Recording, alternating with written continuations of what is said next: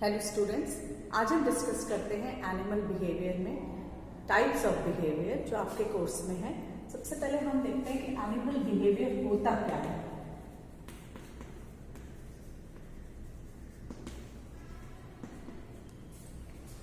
किसी भी एनिमल को जब आप उसके सोशल लाइफ के बारे में बात करते हैं तो हर एक एनिमल का अपना एक पैटर्न होता है कि किस तरीके से वो उसको किस तरीके से अपना बिहेवियर शो कर रहा है। तो बहुत सारे इथोलॉजिस्ट ने जो एनिमल के बारे में बताया कि वो अपनी हर तरीके की लाइफ, चाहे वो सेक्सुअल लाइफ हो, चाहे वो सोशल लाइफ हो, उस लाइफ को किस तरीके से वो फॉलो अप कर रहे हैं। तो एनिमल बिहेवियर को जो स्टडी करने वाले लोग होते हैं उनको हम इथोलॉजिस्ट कहते हैं। और इथोलॉजिस्ट में हर एनिमल, चाहे वो लोअर क्लास का एनिमल हो और चाहे वो हायर क्लास का एनिमल हो, सबके बिहेवियर को डिस्क्राइब किया हुआ है। तो इसमें सबसे पहले जब हम देखते हैं कि इसमें दो तरीके के बिहेवियर को हम लेते हैं, एक होता है इन्नेट बिहेवियर और दूसरा होता है लर्निंग बिहेवियर या स्टीरियोटाइप्ड बिहेवियर।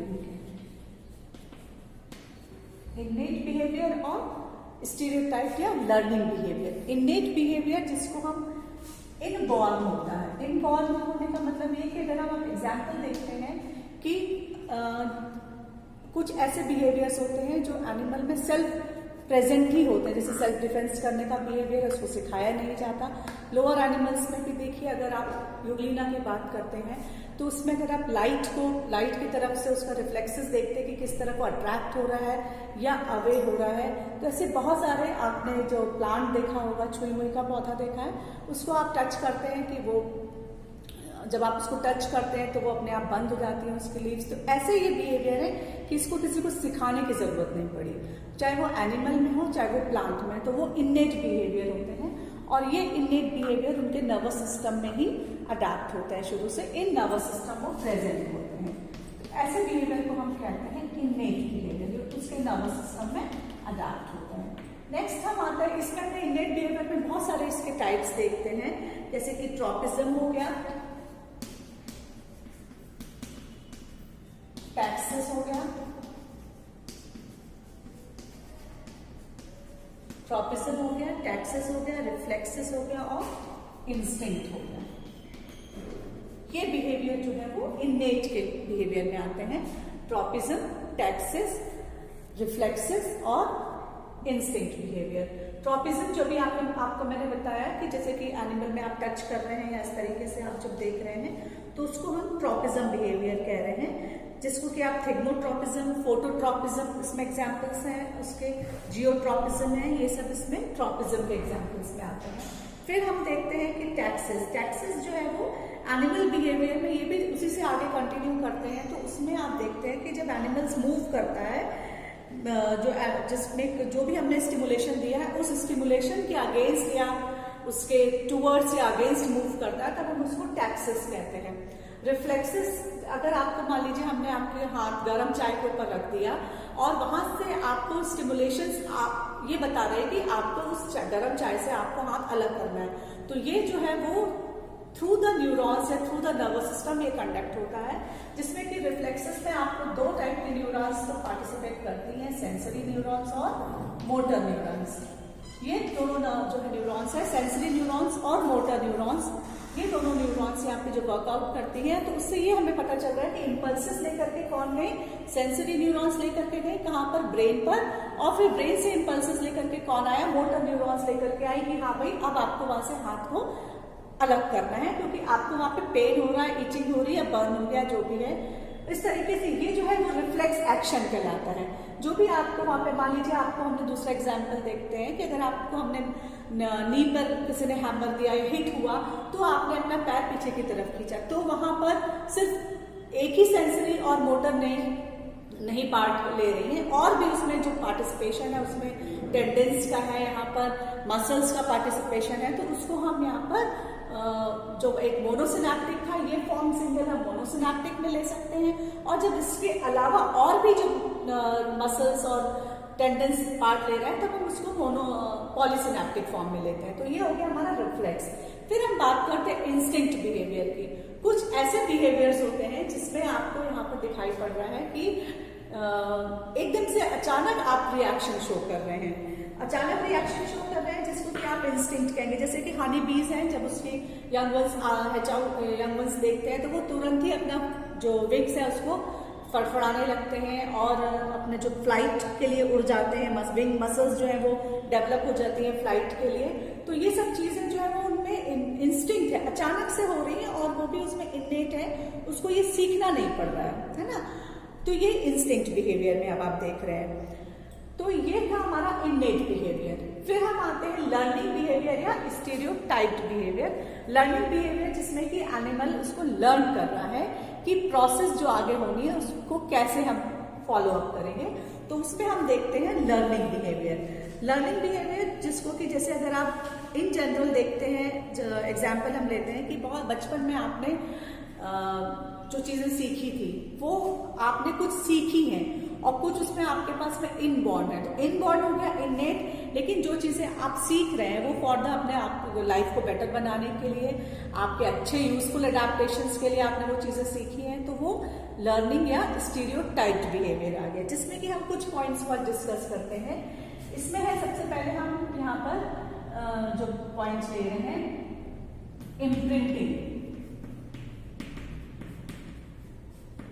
इम्प्रिंटिंग मतलब कि छाप छोड़ना, इम्प्रिंट होना। किस चीज का इम्प्रिंट होना? ये एक पर्टिकुलर स्टेज में ऐसा होता है कि अगर वो एनिमल ने सीख लिया है वो चीज तो वो उसके लाइफ लॉन्ग वो चीज रहती है। मैक्सिमम तो हमको इसके एग्जाम्पल जो है वो बर्ड्स में देखने के लिए मिलते हैं। मैक्सिमम इसके एग्जाम्पल आप बर्ड्स में देखते हैं, जैसे गीज में देखते हैं, आप चिक्स में देखते हैं, तो यहाँ पर डक में देखते हैं। तो अगर आपने एग्जाम्पल की बात करें तो जो डकवंस है जब नए हैच आउट होते हैं, यंग वंस जो होते हैं, तो वो थोड़ी देर के बाद अपनी मदर को फॉलो करना शुरू कर देते हैं, मदर के पीछे पीछे फॉलो करते हैं। ये चीज तो उनको उसने जो था उसने ये देखा, मदर को फॉलो करना उसने सीखा कि मदर किस तरफ जा रही है, उनके पीछे पीछे हमको जाना है। तो ये चीज वो सीख रहे हैं अपनी मदर से।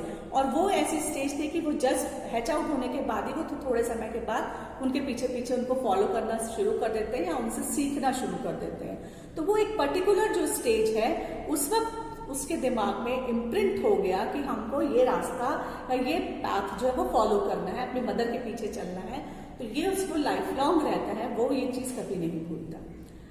दूसरा, अगर आप देखते हैं कि जैसे छोटे बच्चों को आप अल्फाबेट सिखाते हैं, सबसे पहले हमने उनको स्टैंडिंग लाइन सिखाई, स्लैंटिंग लाइन सिखाई, सर्कल सिखाया, तो अल्फाबेट जो है वो बच्चा बहुत जल्दी सीख लेता है और वो ABCD कभी लाइफ में भूलता नहीं है। क्यों? क्योंकि आपने उसको ऐसी स्पेशल स्टेज में उसको ट्रेन किया है, क्योंकि वो स्टेज वहां भूलने वाली स्टेज थी ही नहीं, तो वो भी उसके दिमाग में यहाँ पर इम्प्रिंट हो गया है। तो इसको हम कहते हैं इम्प्रिंटिंग बिहेवियर, जो उसके माइंड में, जो भी बच्चा था उसके माइंड में ये चीजें इम्प्रिंट हो गई और इसका जो इफेक्ट है वो लाइफ लॉन्ग अडल्ट लाइफ तक, जब तक वो है तब तक उसके दिमाग में इम्प्रिंट है कि हाँ ये चीज हमने अल्फाबेट सीखे थे तो इसको हम आगे लाइफ लॉन्ग तक उसके दिमाग में छप चुका है। इसको जो स्टडी किया था उन्होंने किया था, ऑस्ट्रेलियन जोलॉजिस्ट थे कोनाड लॉरेंस।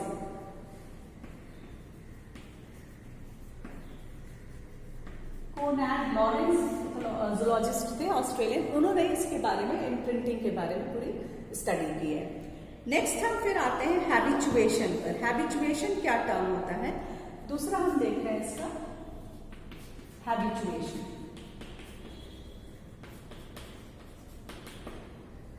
हैबिचुएशन में अगर आपने बहुत बार रिस्पॉन्सेस दे रहे हैं उसको, मतलब आपने कोई भी स्टिमुलेशन, जैसे मान लीजिए आप किसी शोर वाले एरिया में रह रहे हैं और बहुत लगातार शोर होता है, तो आपको लेकिन कुछ समय के बाद वो शोर परेशान नहीं करता है ना। जो पहले जब आप उस एरिया में आए थे, नए आए थे, तब आपको जितना उसका शोर था या जितनी उसकी जो उसकी फ्रीक्वेंसी थी वो आपको तो हैबिचुएशन में हम ये देखते हैं कि बहुत किसी भी रिस्पॉन्सेस के लगातार होने के साथ ही साथ जो बॉडी है या जो एनिमल है वो उसके लिए उसका रिएक्शन शो करना बंद कर देता है। अगर रिपीटेशन में इसको स्टिमुलेशंस मिल रहे हैं तो वो अपना रिस्पांस देना बंद कर देता है। जैसे कि अगर आप एग्जांपल लेते हैं कि किसी एरिया में आप नए शिफ्ट हुए हैं और वहां पे बहुत ज्यादा नॉइज है, बहुत नॉइज पोल्यूशन हो रहा है, तो आपको शुरू में वो परेशान करता है, लेकिन कुछ समय के बाद ये होता है कि आप उसमें रहने के हैबिट में आ चुके हैं, जो आपको आदी हो चुके हैं आप, तो वो जो आपको उसमें नॉइस पॉल्यूशन उस वक्त परेशान कर रहा था वो परेशान नहीं करता है। तो ये क्योंकि आप रिपीटेशंस तो हो रहा है, वैसा ही नॉइस था पहले जितना ही, और हो सकता है उससे ज्यादा भी नॉइस पॉल्यूशन हो चुका हो, लेकिन अब आपको वो परेशान नहीं कर रहा है क्योंकि आप उसके अकॉर्डिंग वहां पे हैबिचुएट हो चुके हैं और वो आपके हैबिट में शामिल हो चुका है, जिसको हम नॉर्मली हिंदी की लैंग्वेज में कहते हैं कि आप उसके आदी हो चुके हैं। ठीक है, तो ये कहलाता है हैबिचुएशन। इसी तरीके से अगर हम कुछ और एग्जाम्पल्स भी लेते हैं तो ये देखते हैं कि आपको जब अगर टीवी चल रहा है और उस बैकग्राउंड में आपके टीवी चल रहा है लेकिन आप पढ़ाई कर रहे हैं, शुरू में वो दिक्कत लगती है कि आप पढ़ नहीं सकते उस टीवी के साथ में, लेकिन धीरे धीरे फिर क्या होगा कि आपको रिपीटेशंस हो रहा है बहुत ज्यादा, लेकिन वो रिपीटेशंस को आप अवॉइड कर रहे हैं। तो उस तरीके का मतलब ये है कि फिर आप उसके हैबिट में आ जाएगा कि आपको वो टेलीविजन की जो आवाज है जो बैकग्राउंड में आपके चल रही है वो आपको डिस्टर्ब नहीं करेगी या डिस्ट्रैक्ट नहीं करेगी। फिर हम एक एग्जाम्पल देखते हैं कि अगर ग्राउंड स्क्विरल्स है या फिडलर्स है, इन सबको ये सब जो मैराइन वर्म्स है ये सब पानी में है, बरोज में है, लेकिन जब उनको कोई थ्रेटन या डेंजर थ्रेटन उनको उनकी तरफ आता है तो वो बरोज से पानी निकाल करके डैश फॉर या विड्रॉल द वाटर और फिर वो बरोज में शिफ्ट हो जाते हैं। तो इस तरीके से वो उनके हैबिट में आ जाता है कि फटाफट वो वहां से पानी विड्रॉ करके उस बरोज में आ जाते हैं, और जबकि नॉर्मली तो वो बरोज में रहते ही है वहां पर। तो हैबिचुएशन जो एक टर्म है वो can be a functionally important aspect of animals behaviour in its natural surroundings. Young duckling scenes for cover where any shadow passes overhead and adaptive responses to avoid predators. Gradually the ducks learn, partly through habituation, which type of shadows signal potential dangers and which act harmless. तो यहाँ पर आप जो learning में देख रहे हैं तो वो इसको लर्न कर लेता है, इस सिचुएशन को या जो हैबिट में जो इसकी हैबिचुएशन वाली कंडीशन है उसको ये लर्न कर ले। तो इस तरीके से अब आपने देखा कि एनिमल बिहेवियर को हमने प्रॉपरली इनेट और लर्निंग में डिवाइड किया था। इनेट में आप ट्रॉपिज्म, टैक्सेस, रिफ्लेक्सेस और इंस्टिंक्ट देख रहे हैं। फिर जब हम लर्निंग में आते हैं तो हमने इसके दो ही फॉर्म आपको बताए, इम्प्रिंटिंग और हैबिचुएशन।